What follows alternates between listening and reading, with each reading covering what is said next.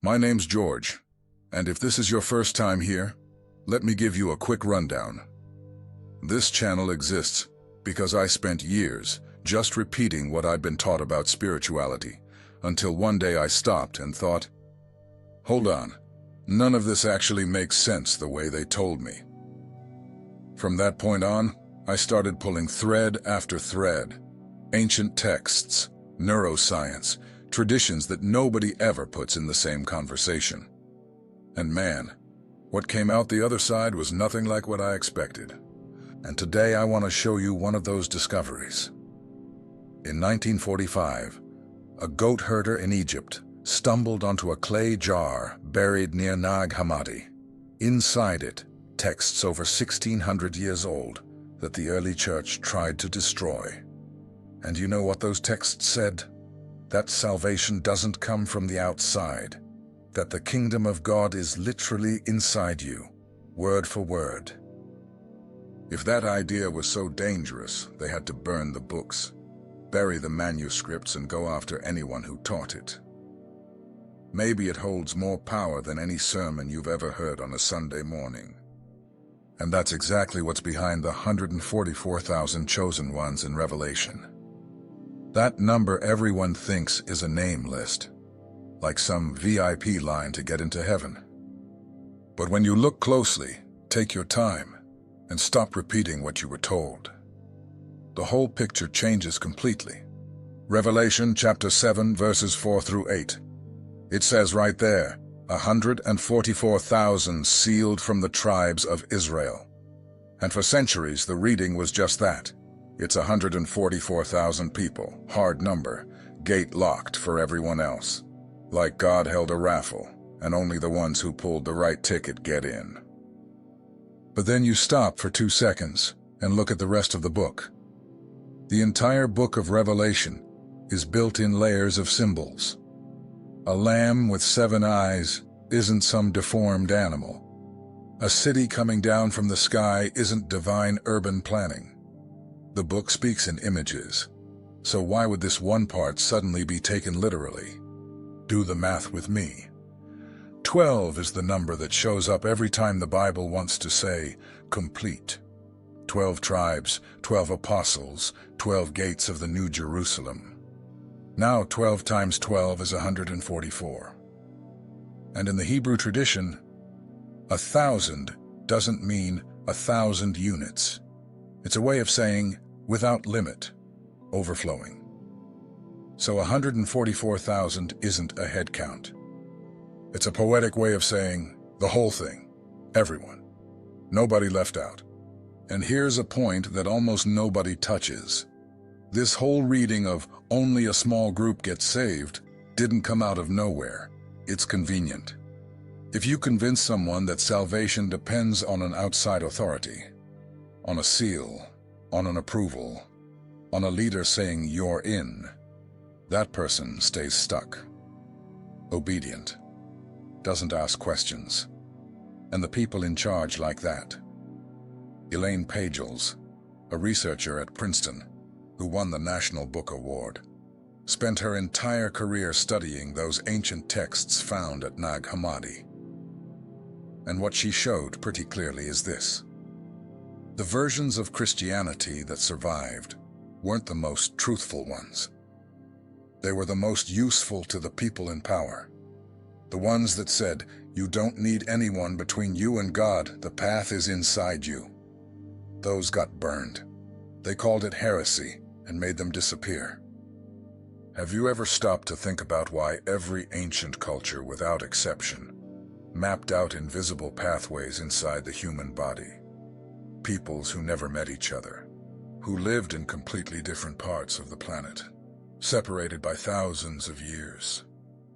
And yet, they all landed on the same idea. In India, they called these pathways nadis, basically energy channels. In an ancient yoga text called the Shiva Samhita, written around the 15th century, the number is very specific. 72,000 channels on each side of the body. Put both sides together and you get 144,000. In China, more than 200 years before Christ, Doctors were already mapping out these same pathways. Only they called them meridians. That's where acupuncture comes from, Tai Chi, Qigong. It all comes from the same idea. The body works like a circuit. And you might be thinking, okay, but that's Eastern stuff. It's got nothing to do with the Bible. Except it does. The 12 tribes of Israel that show up in Revelation. What if they're not peoples on a map, but functions? 12 main channels, and each one branching out into thousands of smaller pathways. It's the same blueprint, just in a different language. And you don't even need to believe in anything mystical to see it. Your body has 12 pairs of nerves that come straight out of the base of your brain. 12. Once again. And each of those nerves branches out into thousands of smaller pathways that reach your entire body. Modern science doesn't call it a tribe or a pathway of light. But the pattern is practically the same thing those ancient peoples were describing with the words they had at the time. When someone goes to get acupuncture in Portland or walks into a yoga class in Austin, they're working with this exact system. The same one a monk in Tibet knew by a different name 800 years ago. The same one the authors of Revelation might have been hiding inside a language of vision and prophecy. The point is simple. The map was always in the body. We just spent our whole lives looking for it on the outside. The Bible loves mountains. Moses climbs Sinai to receive the commandments. Jesus is transfigured on Mount Tabor. Elijah faces the false prophets on Carmel. And we all grew up picturing rock, dirt, clouds, a place on a map where God shows up. But what if mountain was never about geography? Think about it with me. What's the highest point on the human body? The top of your head. In the Indian tradition, that point is called Sahasrara, the crown center. In the writings of Christian mystics, it shows up as the crown of glory. Different names, same spot, same idea. And it's not just ancient tradition pointing to this. A neuroscientist named Andrew Newberg, who works at Thomas Jefferson University in Philadelphia, did something nobody had done before. He put Buddhist monks and Catholic nuns inside brain imaging machines while they were meditating and praying. And what he saw was pretty wild. The part of the brain that creates the feeling of, I exist here, separate from everything else. That area just went quiet. Activity dropped. What showed up on the screen was exactly what those monks and nuns had been describing for decades, an experience of expansion they couldn't put into words. Except now, there was an image, there was data, there was science. And you know what's funny? We spend the entire day with our attention thrown outward. Screens, noise, notifications, other people's opinions. Hours and hours of that. The journey these texts describe is the opposite direction, bringing your attention back in. And the mountain isn't on any map. It starts at your spine, rises up through your back, and ends at the top of your head. The top you carry with you everywhere and almost never pay attention to. The Bible loves mountains. Moses climbed Sinai to receive the commandments. Jesus is transfigured on Mount Tabor. Elijah faces the false prophets on Carmel. And we all grew up picturing rock, dirt, clouds. A place on a map where God shows up. But what if mountain was never about geography? Think about it with me. What's the highest point on the human body? The top of your head. In the Indian tradition, that point is called Sahasrara, the crown center. In the writings of Christian mystics, it shows up as the crown of glory. Different names, same spot, same idea. And it's not just ancient tradition pointing to this.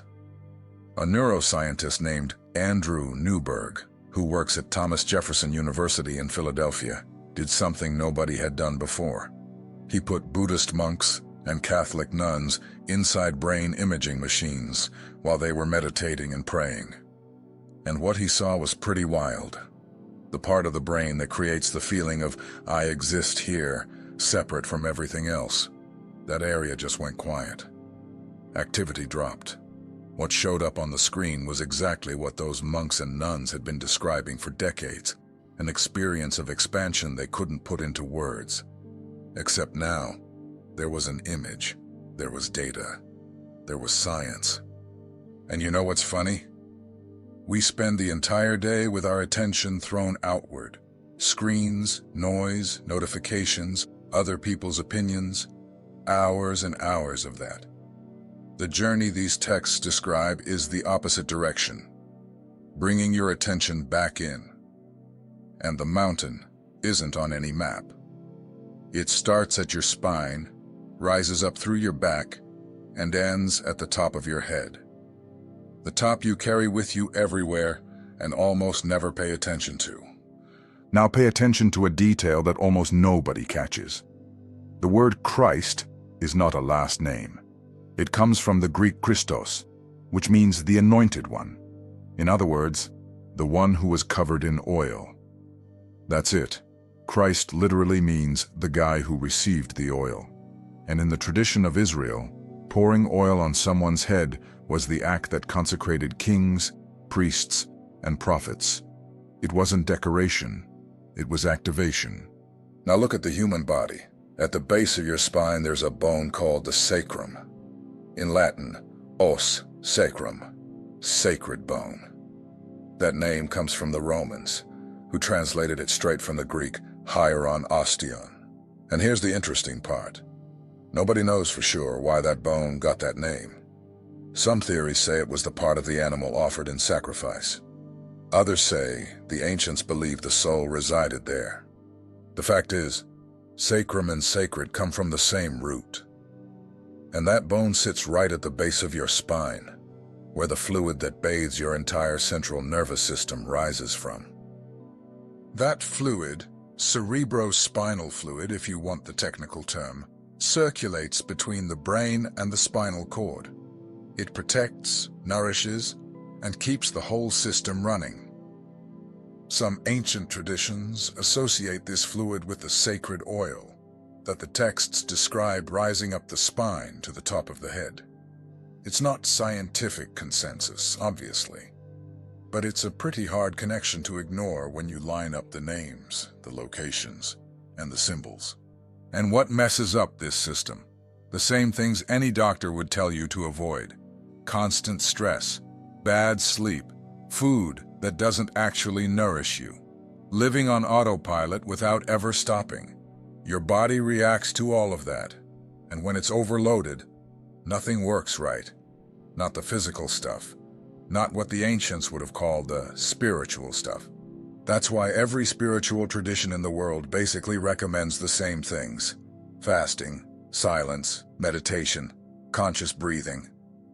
These aren't random rituals. They're maintenance instructions, like someone wrote a user manual for the human body thousands of years ago, but in the language of parables. And we spent all this time thinking it was just religion. Every time you stop, breathe with intention, eat something that actually nourishes you, get enough sleep, you're taking care of that circuit. The oil rises, not in some mystical way, in a real way. The nervous system balances out, the mind clears up, and life starts to feel different, not because the outside world changed, because what's running on the inside did. Right in the center of your brain, tucked between both halves, there's a gland the size of a grain of rice. It's shaped like a pine cone, which is why it's called the pineal, from the Latin for pine cone. Tiny little thing. But this tiny thing caught the attention of entire civilizations. The Egyptians had the Eye of Horus, that famous symbol that looks like a stylized eye. If you take a cross-section image of the brain and lay the Eye of Horus on top of it, the overlap with the pineal region is almost perfect. In the Indian tradition, that same spot is called the third eye, the center of inner perception. And in the 17th century, the philosopher René Descartes, the I think therefore I am guy, wrote in his book, The Passions of the Soul, from 1649, that the pineal was the principal seat of the soul and the place where all our thoughts are formed. He believed that since it was the only part of the brain not split into two halves, it had to be the spot where the body connected to something greater. Today, science knows the pineal produces melatonin, the hormone that regulates sleep. When it gets dark, the pineal picks up on the change in light and starts releasing melatonin, telling your body it's time to rest. When it gets light, it stops. Simple as that. It's basically your internal biological clock. And here's where it gets interesting. If the pineal depends on darkness to work properly, think about what happens when you're on your phone until midnight with the screen glowing in your face, or when you sleep with the TV on, or when you never get morning sunlight. The pineal gets confused. The clock goes haywire. Sleep gets worse. And when sleep is bad, everything falls apart. Mood, energy, mental clarity, all of it. The ancients didn't have the word melatonin, but they knew something happened when a person retreated into silence, into darkness, with a quiet mind. They described experiences of deep clarity, sharp intuition, a kind of perception that went beyond the ordinary. Every culture gave it a different name: third eye, inner eye, spiritual vision. But they were all pointing to the same place in the body. And you don't have to become a monk to take care of your pineal. Simple things already make a difference. Getting sunlight first thing in the morning, making your room dark at night, cutting screen time before bed, eating real food, taking moments of silence during the day. Sounds way too basic, right? But that's exactly what most people don't do. And maybe that's why so many people walk around in this permanent fog, tired, anxious, unable to think clearly. The pineal isn't magic, but when it's working right, you notice the difference. Sleep improves, the mind gets sharper, and that feeling of living on autopilot starts giving way to something more present, more alive. The ancients called it awakening. Science calls it hormonal balance. Maybe they're talking about the same thing in different words. Okay, I'm going to be honest here. The word chosen carries a huge weight, and we grew up with that myth everywhere. From The Matrix to Star Wars, from Harry Potter to every superhero movie. We love the idea of being special, of being set apart for something big. But that narrative can turn into a trap if you're not careful.